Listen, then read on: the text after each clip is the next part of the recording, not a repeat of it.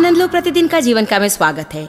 आज हम विजयी होकर आगे बढ़ने व अग्रसर होने के बारे में कह रहे हैं, और एक चीज जिसे छोड़कर हमें आगे बढ़ना है वो है क्रोध की भावना जो हमारे हृदय में है। तो आज के संदेश को सुनने के लिए आप तैयार रहिए।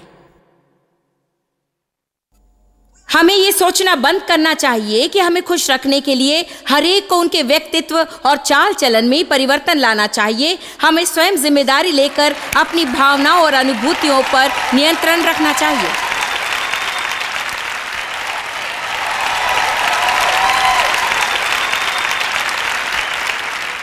मैं आपसे कहना चाहती हूँ कि मैं जरा भी कल्पना तक नहीं कर सकती कि अगले वर्ष आप यहाँ दोबारा जब आएंगे तब आपके जीवन में घटित कितनी महान घटनाओं का वर्णन करेंगे। इसके लिए आपको दो बातें याद रखनी है। मेरे जीवन में जो कुछ हो रहा है मैं उसे सहूंगी, और चाहे जितनी भी ठेस लगे मैं दुख दर्द को भूलकर आगे बढ़ूंगी और विजयी होकर उस ओर जाऊंगी। मुझे इसे दोबारा कहना होगा। यहां से चले जाने के बाद मैं देखूंगी कि मेरे जीवन में सचमुच क्या हो रहा है। मैं आपको दोष नहीं दूंगी, मैं आपको दोष नहीं दूंगी और आपको भी दोष नहीं दूंगी। उसका अर्थ ये नहीं कि आपके जीवन में ऐसा कोई नहीं जो आपसे बुरा व्यवहार करे, निश्चय ही है। मैं जानती हूं कि परमेश्वर चीजों का प्रयोग करता है। यदि हम एक दूसरे के रास्ते में आ जाएं तो प्रभु किसी न किसी का प्रयोग अवश्य करता है, और यदि एक का प्रयोग ना करे तो किसी दूसरे का अवश्य करेगा। उसका अर्थ ये नहीं कि आप लोगों का सामना न करें, इसका अर्थ नहीं कि आप जमीन पर लेटकर दूसरों को आपके ऊपर से चलने दें। मैं ये कह रही हूं कि हमें ये देखना है कि हमारे अंदर क्या हो रहा है। हम मांस और रक्त से नहीं बल्कि सामर्थ और प्रधानताएं और ऊंचे स्थानों की दुष्टात्माओं से लड़ते हैं। ठेस पहुंचते हम दोष देने की सोचते, सबसे पहले यही बात होती है, मुझे चोट लगी तुम्हारी गलती है। अपने गुस्से पर काबू रखिए। गलत जगह पर दोष डालने से हमारा दुख और भी बढ़ जाता है। इससे न दुख कम होता है और न ही दूर होता है। शैतान ही हमारा असली दुश्मन है। उससे लड़ने का एक गुप्त हथियार है जो रोमियो 12 में स्पष्ट है। मेरे ख्याल से कई मसीही इससे चूक जाते हैं। दुश्मन का विरोध करने का एक हथियार है। प्रभु ने आपको ऐसा कुछ करने की क्षमता दी है जिससे कि शैतान दौड़ जाएगा। आप पूछेंगे वो क्या है, वो क्या है? देखिए, आपके साथ जो लोग बुरा व्यवहार करते हैं उनकी आप भलाई कर सकते हैं। मैं ऐसा करना नहीं चाहती। क्यों? क्योंकि आपको दुखों को भूलकर आगे बढ़ना है। यदि हम वो करना सीख लें जो प्रभु हमसे कहता है, चाहे जैसा भी हो, तो एक वक्त आएगा जब हमें आश्चर्य होगा और अच्छा लगेगा और विश्वास नहीं होगा, परंतु अभी आपको उसकी कीमत चुकानी होगी वहां जाने के लिए जहां आप जाना चाहते हैं। मेरे पति बहुत तंदुरुस्त और डेव शारीरिक तौर पर मुझसे भी बढ़िया हैं। उनमें अधिक शक्ति और अधिक ताकत है, और जब भी मैं मुड़ती हूँ मैं खुद को चोट पहुँचाती हूँ। मैं कुछ ना कुछ करने की कोशिश करती हूँ और पीठ पर चोट लगती है। बस ज़रा सी हल्की चोट, ये नहीं कि मैं बीमार हूँ या सचमुच बेहाल, पर भी बहुत ही तंदुरुस्त और ताकतवर हैं। लेकिन क्या आप जानते, डेव अपने जीवन में 16 साल की उम्र से निरंतर हर दिन व्यायाम करते आए हैं। हर एक दिन वे कसरत करते हैं, कुछ दिन 1 घंटे और कुछ दिन आधे घंटे और कभी कभी 2 घंटे। उनकी त्वचा 25 साल की जवान जैसी है। उनके चेहरे पर कहीं भी झुर्रियां नहीं है। मेरा हाल ये कि जो कुछ यहाँ था वो यहाँ आ गया है। कुछ को मैंने दोबारा उनकी जगहों पर रखकर सिला है। ऐसी बहुत सी बातें हैं। मैंने सोचा चलो देखते कि और किन चीज़ों को उठाया जा सकता है। वे कहते हैं आप पूरा बॉडी लिफ्ट कर सकती हैं। आमीन। मेरी बाहों में थोड़ी सी झुर्रियाँ आने लगी थी, जैसे कि अक्सर बाहों में होता है। तो फिर आपको स्लीवलेस पहनना अच्छा नहीं लगेगा, इसलिए मैंने सोचा अच्छा प्रभु की स्तुति हो, मैं कोशिश करूंगी। और उससे मेरा हाथ खराब हो गया। अब मुझे इलाज के लिए डॉक्टर के पास जाना है। ठीक है, अब मैं उठक बैठक करूंगी तो मेरी पीठ में दर्द होने लगा। ये ऐसा है कि प्रभु मैं ये करने की कोशिश कर रही हूँ और खुद को चोट पहुँचा रही हूँ। फिर मैंने सोचा इससे मैं तंग आ गई हूँ, मैं वेट लिफ्टिंग करने जा रही हूँ और मैं जानती हूँ कि यहाँ के मसूड़े खिंच जाएंगे और यहाँ एक प्रकार से जम जाएंगे। और किसी को उसका पता नहीं चलेगा। कम ऑन, क्या आप लोग मेरा न्याय कर रहे हैं? आप भी ऐसा करना चाहते हैं?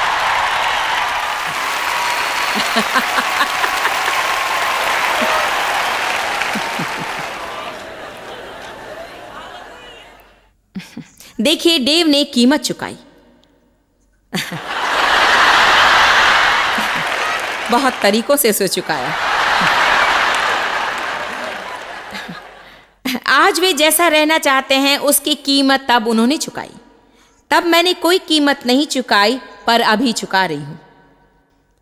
क्या इस भवन में इस समय लोग जागृत हैं? या तो आपको अपने दुखों को भूलकर विजय की ओर बढ़ना है, या फिर उसी बदबूदार कमरे में रहते हुए जब तक डिओड्रेंट लगाकर खुशबू लाने की कोशिश में जीवन भर लगे रहना है।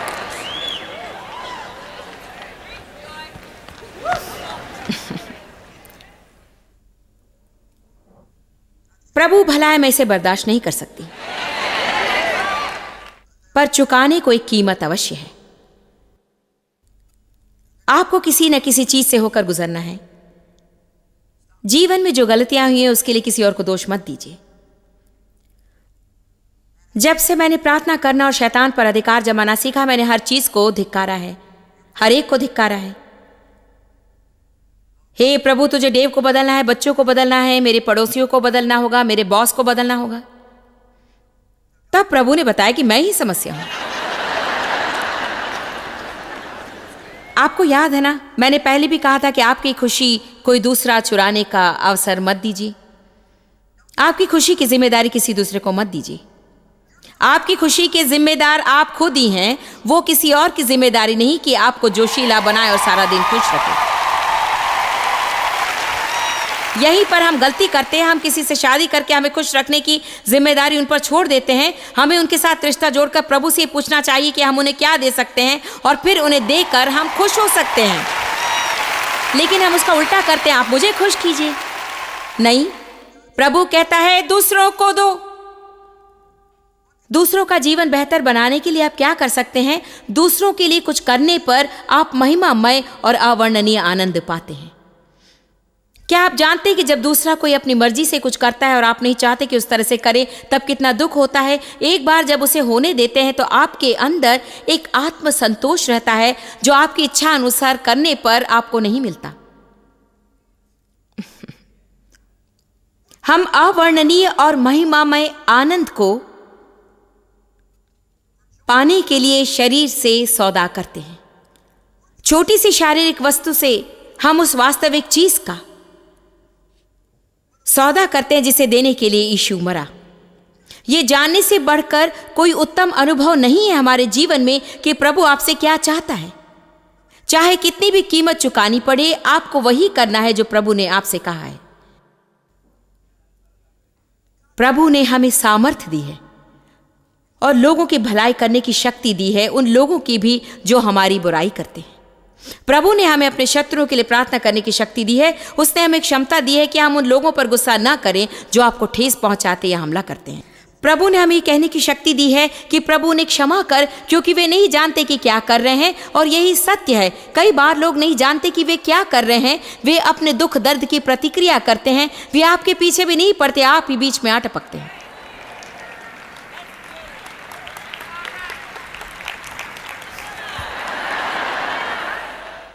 हालेलुया। धन्यवाद प्रभु कि तूने मेरे शत्रु को मेरे साथ शांति से रहने दिया। प्रभु, उन्हें क्षमा कर। वे नहीं जानते कि वे क्या कर रहे हैं, वे मुझे नहीं जानते हैं। सचमुच हमें यह समझना है कि वास्तव में लोग नहीं जानते हैं और हमें उन पर तरस खाना चाहिए और उनके लिए प्रार्थना करनी चाहिए। ऐसा करने पर आप आजाद हो जाते हैं। रोमियो 12:21 एक बहुत ही प्रभावशाली आत्मिक रहस्यों में से एक है और अच्छा होगा कि लोग इसे अच्छी तरह से जान लें। हम बुराई को भलाई से जीतते हैं। मैं ऐसा नहीं कर सकती, मैं उनके साथ बातें नहीं कर सकती, उन्होंने मुझे ठेस पहुंचाई है। जी हां, आप कर सकते हैं। आप इतना कहिए कि प्रभु तेरी कृपा और दया से मैं इस व्यक्ति से मुंह नहीं मोड़ूंगी और मैं जिस कमरे में वह है वहां जाऊंगी और उनके पास जाकर मैं अच्छी तरह से मुस्कुराऊंगी और मैं उनसे कहूंगी कि आज आपसे मिलकर मुझे बहुत ही खुशी हुई। आप कैसे हैं?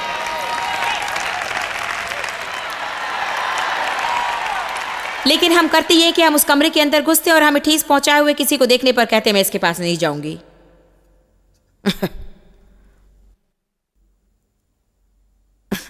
बाइबल कहती है अपने शत्रु से प्रेम करो, शाप देने वाले को आशीष दो। क्या आप आशीष का अर्थ जानते हैं? ग्रीक भाषा में इसका अर्थ है बढ़ाई करना और शाप देने का अर्थ है बुराई करना। यदि हम हमें दुख देने वालों के बारे में किसी से ना कहें या उनकी बुराई करने या फैलाने से इनकार करें और उनके बारे में किसी के मन में बुरे विचार पैदा ना करें, यदि हम दूसरों को उनके बारे में अच्छा विचार रखने का अवसर दें तो वह पर यह बहुत ही मुश्किल है।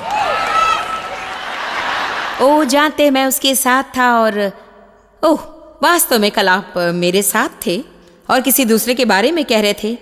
अभी मैं भूल गई कि वो कौन था, कितना अच्छा और कितना महान, कितना ये, और मैंने सोचा अरे मैं जो कुछ जानती हूँ उसे बता देना चाहती हूँ।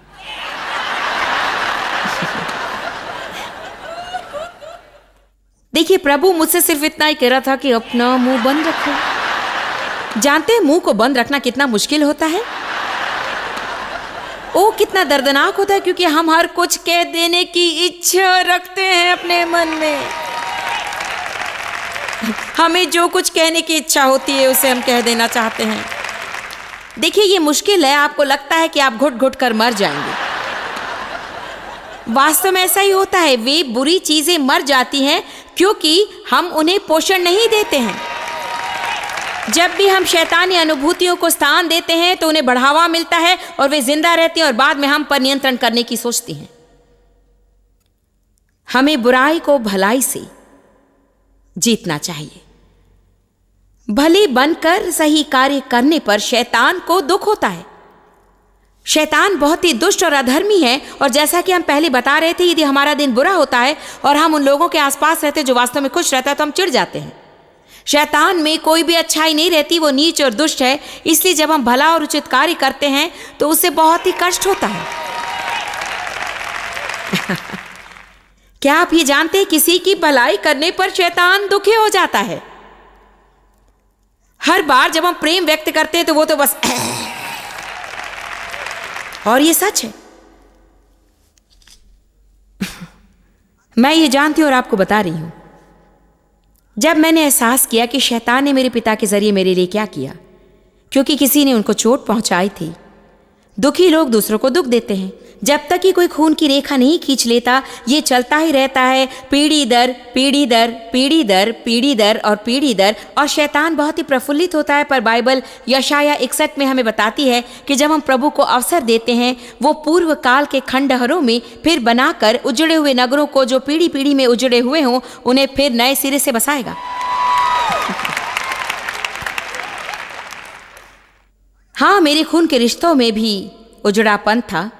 उसका इतिहास भरा हुआ था निंदा, क्रोध, दुष्प्रयोग और हिंसा की भावना से। पर क्या आप जानते ये यहां पर रुक गया? उसे रोकने के लिए मैं कीमत चुकाने वाली हूं। ये मेरे परिवार के लिए मेरी वैदिकता है। इसीलिए मैं आज यहां आपके सामने खड़ी होकर प्रचार कर रही हूं।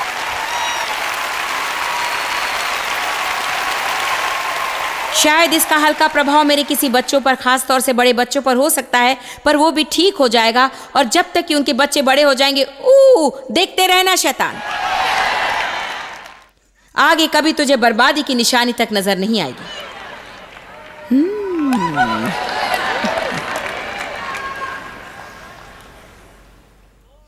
मैं जानती हूं कि मैं शैतान को धिक्कार सकती हूं। जब मैंने एहसास किया कि उसने मेरा क्या किया, आप पगला जाते हैं।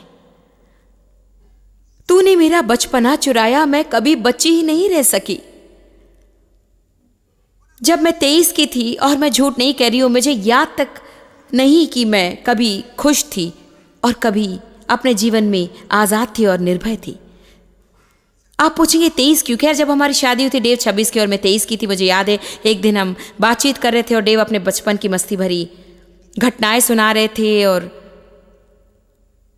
उनके पास पैसे नहीं थे, शराब के कारण पिता की मौत हो चुकी थी, पर उनकी माँ बड़ी धर्मी थी, जो उनके लिए प्रार्थना करती, उनसे प्रेम करती, उनकी देखभाल करती और उन्हें अक्सर चर्च ले जाया करती थी।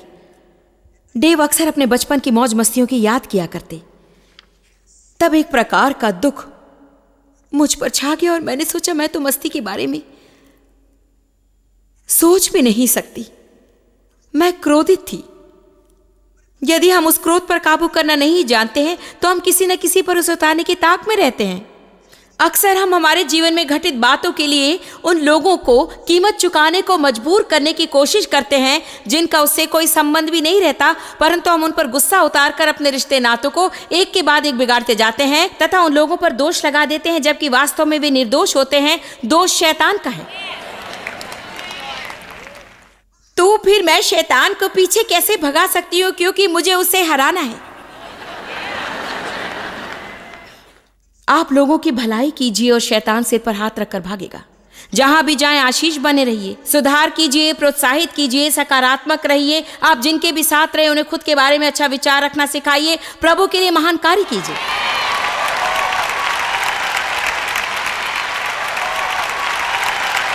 मैं आशा और प्रार्थना करती हूं कि सुबह उठकर जैसे ही अपना पैर जमीन पर रखूं तो पाताल कांप उठे। अरे वो फिर से उठ गई।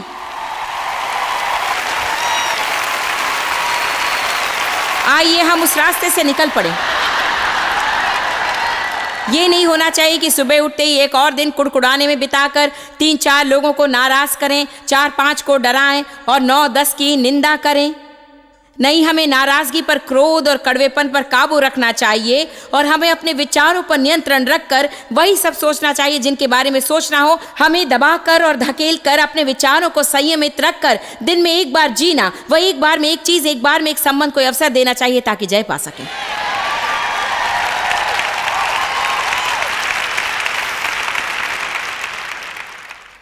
रोमियो 12:19, हे प्रियो अपना पलटा ना लेना। बदला। एक दिन मैंने एक व्यक्ति की कहानी सुनी जिसे एक पागल कुत्ते ने काट डाला था।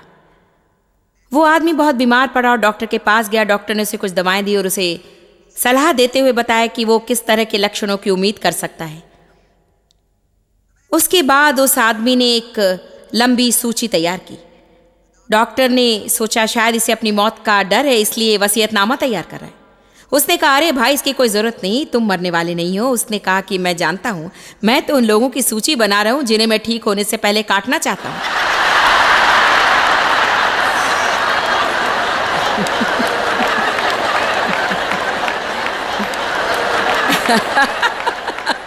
दुख की बात है, लेकिन हम में से अनेक ऐसे ही हैं।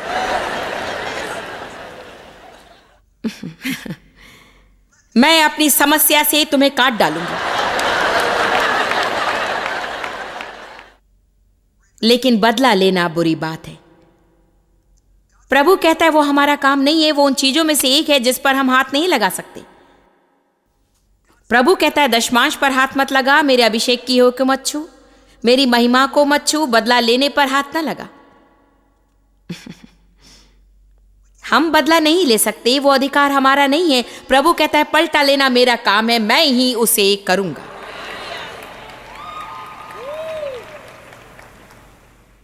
परमेश्वर प्रतिफल देने वाला प्रभु है। हालेलुया। यदि आप दुख दर्द से गुजर रहे हैं, फल पाने का वक्त आ गया। फल पाने का वक्त आ गया। हालेलुया। पाताल का कोई भी शैतान आपको प्रतिफल पाने से रोक नहीं सकता। पृथ्वी पर कोई मनुष्य आपको प्रतिफल पाने से रोक नहीं सकता, क्योंकि प्रभु कहता है हम उन लोगों से कैसे दोबारा पा सकते हैं जो हमें लौटा नहीं सकते। आपके लिए एक प्रश्न, मेरे पिता मेरा बचपन मुझे कैसे लौटा सकेंगे? जब मैं 40 की थी तब मैं इसके बारे में सोचने लगी। ओह, मैं कभी बच्ची ना रही, इसीलिए मुझे काम करने का नशा हो गया, क्योंकि मैं खेल नहीं सकती थी। यदि मैं मौज मस्ती करके खेलती तो मुझे लगता कि मैं दोषी हूं और हंसना चिल्लाने के बराबर था। तो मैं काम करने में ही लगी रही। मैं तब तक काम करती जब तक मर सी गई, क्योंकि मैंने सोचा कि लोग मुझे सिर्फ इतना ही करने की अनुमति दे सकते थे। ओह, मैं क्रोधित हुई। ओह, मैं कभी बच्ची नहीं रही। पर क्या आप जानते हैं, मैं सीख रही हूं कि 60 साल की बच्ची कैसे बनूं। आमीन, अधिकांश लोगों की तरह रिटायर होने की बजाय मैंने अपने रॉकिंग चेयर का सौदा हंसी खुशी और मजे का सौदा किया है, और मैं कहूंगी कि चाहे मेरी शुरुआत अच्छी ना हुई पर मेरा अंत महान होगा।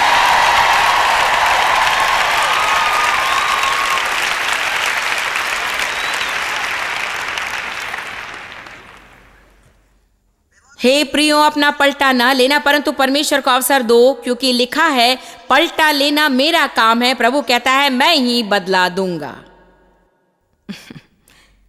कौन आपके शत्रु से पलटा लेगा? प्रभु।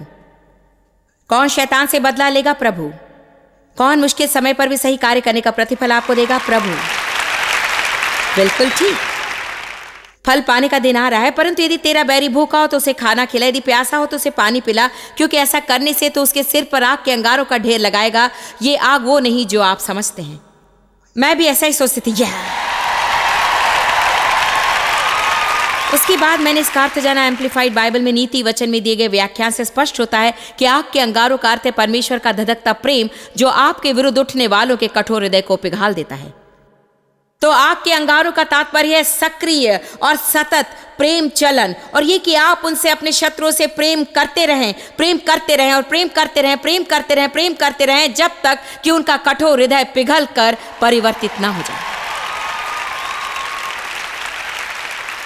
मैं आपको बताना चाहती हूं कि यीशु मरा ताकि आज मैं जो जीवन जी रही हूं उसे जी सकूं। इसका गलत अर्थ मत निकालिए। मेरा मतलब ये नहीं कि हम परमेश्वर का स्थान ले लें, बल्कि वो हमारे द्वारा कार्य करता है। आज आप में से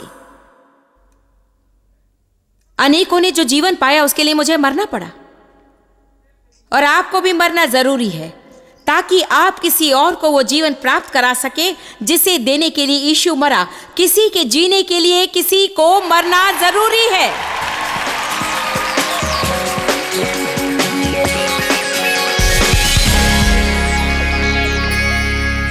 आज के लिए मैं बहुत ही प्रभावशाली विचार लाई हूं कि प्रभु आपसे प्रेम करता है। ये कभी ना भूलें कि प्रभु आपसे प्रेम करता है। बाइबल कहती है यदि परमेश्वर मेरे पक्ष में है तो कौन मेरा विरोधी होगा? यदि प्रभु मेरी ओर है तो मैं किससे डरूं? पहला यूहन्ना 4 में परमेश्वर का वचन सिखाता है कि यदि हम परमेश्वर के परिपूर्ण प्रेम को समझ लें तो हमारे जीवन से हर प्रकार का भय दूर हो जाएगा। मैं चाहती हूं कि अब आप याद रखें, प्रभु ने आपको चुना है और उसने बहुत पहले से ही आपको अपने लिए अलग किया है। उसने ऐसा किया है क्योंकि वो आपसे प्रेम करता है और मसीह यीशु के द्वारा आपसे व्यक्तिगत संबंध रखना चाहता है। उसके प्रेम को आज ही ग्रहण कीजिए। आपके जीवन की सारी समस्याओं के लिए यही दवा है। प्रभु आशीष दे।